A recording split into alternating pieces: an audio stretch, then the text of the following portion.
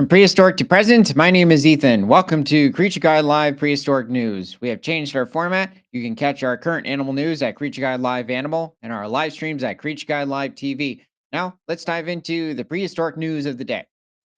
From Sci News, miniature basilosaurid whale from Eocene was just 8 feet long.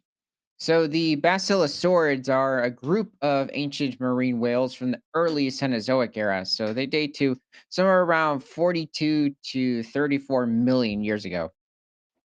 The newly identified species of basilosaurid whale has been named Tucetus raiensis after the ancient Egyptian pharaoh Tutankhamun.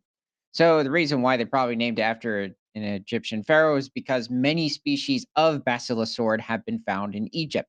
Because around 38 million years ago, Egypt, actually much of northern Africa, was completely underwater, even much of different parts of Western Asia.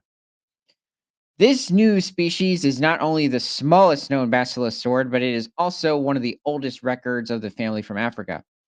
So, also, the unfortunate thing when it comes to the basilosaurid whales is that they did not end up being the ancestors to the different species of current whale today. They ended up going extinct shortly before the beginning of the Oligocene epoch.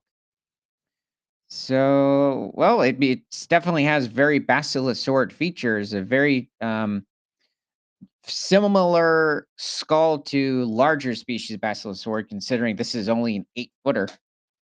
And It the looks basil extremely fat. and well, the thing is, it doesn't look like Basilosaurs for the most part would have contained blubber. So I'd actually say I think they always seem to look quite lean for almost not necessarily lean, but skinny for whales, at least compared to ones today, especially as you reach towards the back end of the body. But also their distinct hind fins, it's a big mystery as to what they might have been used for. Some have considered to help with mating, but those are extremely small compared to their body size. I just think it's unlikely. Okay, so to Tucetus raiensis inhabited the Tethys Ocean approximately 41 million years ago. The whale is the smallest basilosaur known to date and is estimated to have been around 2.5 meters or 8 feet in length and about 187 kilograms in body mass. So I'm guessing this is pushing around 400 pounds. This is a very small basilosaur. Even for the time, this isn't a very large individual. It is not only the smallest basilosaurid whale yet discovered. Oh, okay. Well, that makes sense. But it is also one of the oldest records worldwide. Basilosauridae, a group of extinct fully aquatic whales, represents a crucial stage in whale evolution as they transition from land to sea. They developed fish like characteristics, such as a streamlined body, a strong tail, flippers, and a tail fin, and had the last hind limbs visible enough to be recognized as legs, which were not used for walking, but possibly for mating. But they're still using that theory. I mean, I think I know I mentioned earlier that some still suggest it, but I just think it's extremely unlikely for those fins to really be able to support um yeah, much of anything. Even this, what, 400-pound individual. But the thing is, it is interesting that back during the Mesozoic era, so the time of the dinosaurs, you had tail flukes on different species of animals like the mosasaurs, other marine reptiles like the pliosaurs or plesiosaurs. And then that morphology completely disappeared. And all of a sudden, around 40 to 45 million years ago, animals like the basilosaurids, these distinct marine whales, end up evolving these specific type of tail endings. So it's just quite interesting. Whales' evolution from land dwelling animals to beautiful marine creatures embodies the marvelous adventurous journey of life. I will say, though, I think there's a certain porpoise I wouldn't consider beautiful, but anyway, most of them are kind of adorable. Anyway, this is back towards the early part of the Eocene epoch. So this is Pakicetus. This is very likely the ancestor to the basilosaurids, as well as modern day cetaceans, or every species of dolphin, porpoise, and whale today. And this animal was not much more than somewhere around 5 to 6 feet in length and might have weighed somewhere around 30 to 120 pounds. And it lived in Pakistan around 50 million years ago. So this is back at the time when much of the area was land, and it was probably just hunting smaller mammals in the region, and probably going after different species of amphibian and reptile. But it hadn't really evolved the ability to at least be extremely aquatic yet. It possibly had the ability to swim because most mammals can swim. And then shortly afterwards, so travel forward 2 to 3 million years, so somewhere between 47 to 48 million years ago in the Eocene, and Ambulocetus evolves. And this was also as well over in Pakistan. This animal was much larger. This species of semi aquatic mammal was probably somewhere around 7 to 8 feet in length. It might have weighed.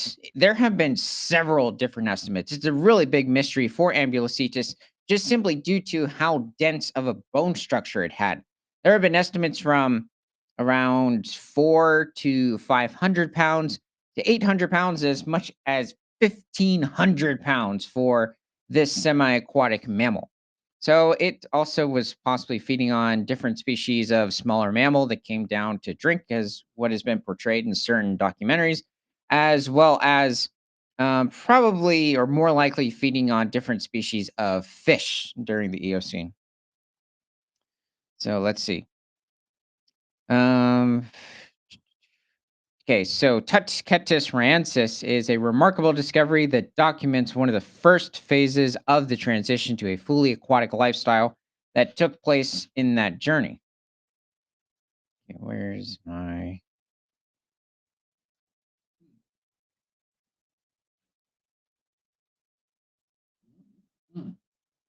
okay? So let's see.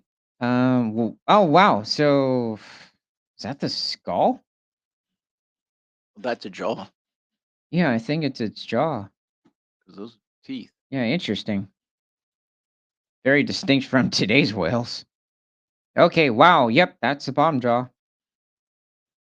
No, looks good. The fossilized skull, jaw, teeth, and vertebrae of Tutketus rhensis were found in the Sath el Hadid formation of the Fayum Depression in Egypt.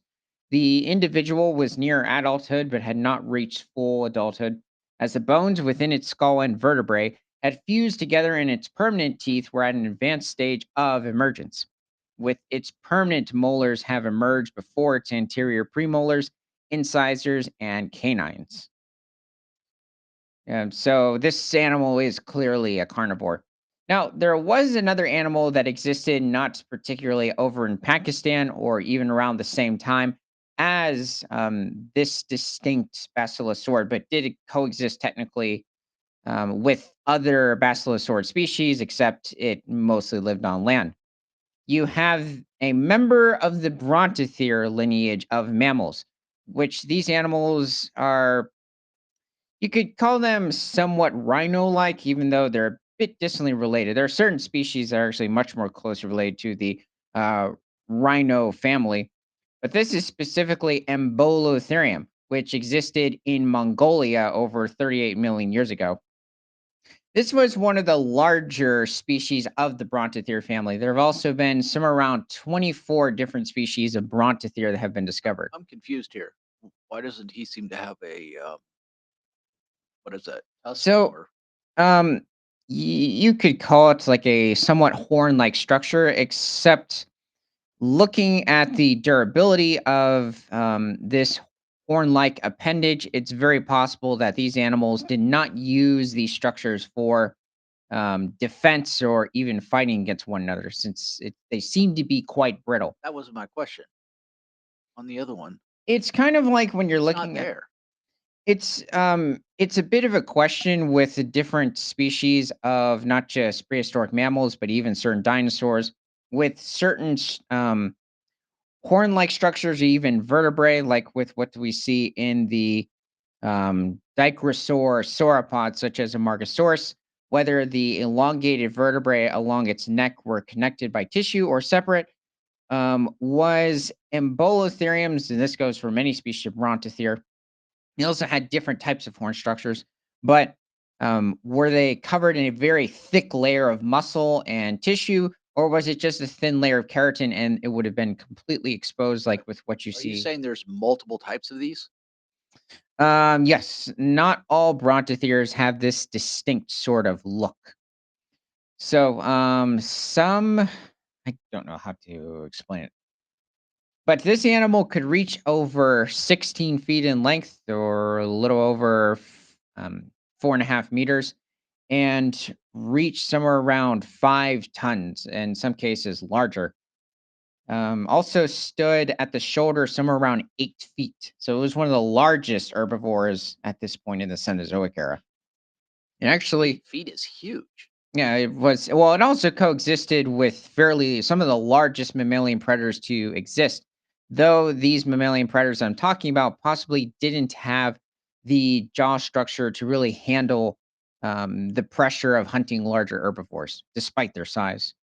And yes, the Embolotherium were herbivores, probably feeding on different species of certain shrubs and being slightly grazers as well. So let's see. The paleontologists speculate that the smaller body size of Tutkettus ryensis compared to other basilosaurids may have evolved in response to a warming event known as the Lutetian thermal maximum that occurred around 42 million years ago. Modern whales migrate to warmer, shallow waters for breeding and reproduction, mirroring the conditions found in Egypt 41 million years ago. Yeah, it is interesting. It is very possible that basilosaurids might have migrated back and forth for different reproduction and birthing reasons, as very similar to today's species of whales. But it is a bit of a question as to like the migration routes that they might have taken specifically. This supports the idea that what is known as now Fayum was a crucial breeding area for ancient whales, possibly attracting them from various locations and in turn drawing in larger predatory whales like Basilosaurus.